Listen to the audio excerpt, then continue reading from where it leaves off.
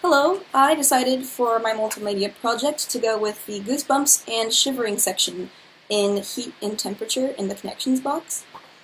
And I chose it because I was really fascinated by the ability to create texture in our skin, but we can't control it on our own. It has to be triggered somehow. So I knew it had to do with heat loss and cooling, but I wanted to know what exactly triggers it. So this section explained actually that our bodies are at a good balance at around 77 degrees Fahrenheit, which means we don't have to create or conserve heat in our own bodies. So when the temperature starts to get cold around us, the first thing that our body does is create constricted blood vessels in order to create kind of an insulated area, and that keeps the core temperature internal.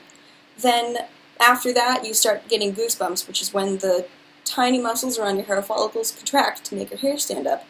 And the only reason this happens is that the hair on your body is supposed to create a buffer between your skin and the air moving around it, which keeps the cold air away from your body.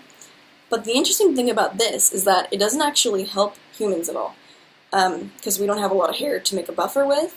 So it's actually more useful in birds who have feathers or mammals that have hair. So the third thing that happens is the body will start to create its own heat if it gets too cold.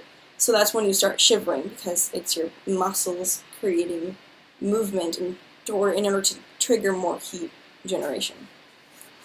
And then actually our body has a process to cool ourselves down too when it gets too hot around us.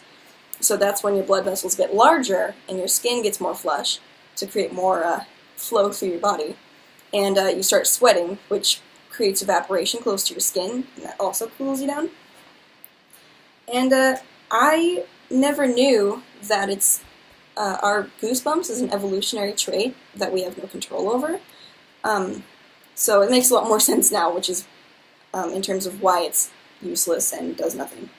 But it's still pretty cool.